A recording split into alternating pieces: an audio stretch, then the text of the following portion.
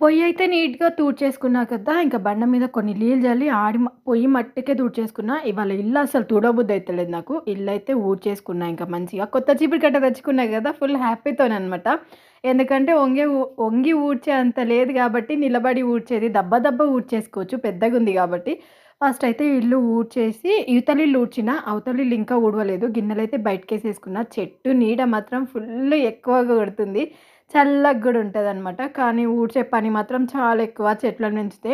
సరే కానీ ఒక్కటి కావాలంటే ఇంకొకటి వదులుకోవాలి కాబట్టి ఇంక చెట్టుని పెంచుకోవడం మంచిదే అనిపించింది.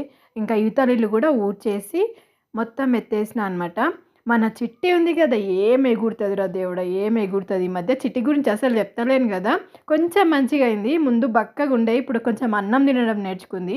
నేనేమో పొద్దున్న మెంతం కూర పప్పు చేసినా అని చెప్పినా గదా! అన్నం అయితే పెట్టేసుకొని మెంతం కూర పప్పుతోని తినేసిన. తర్వాత గిన్నెలన్నీ కడిగేసేసిన, సదిరేసుకుంటున్నా అనమాట.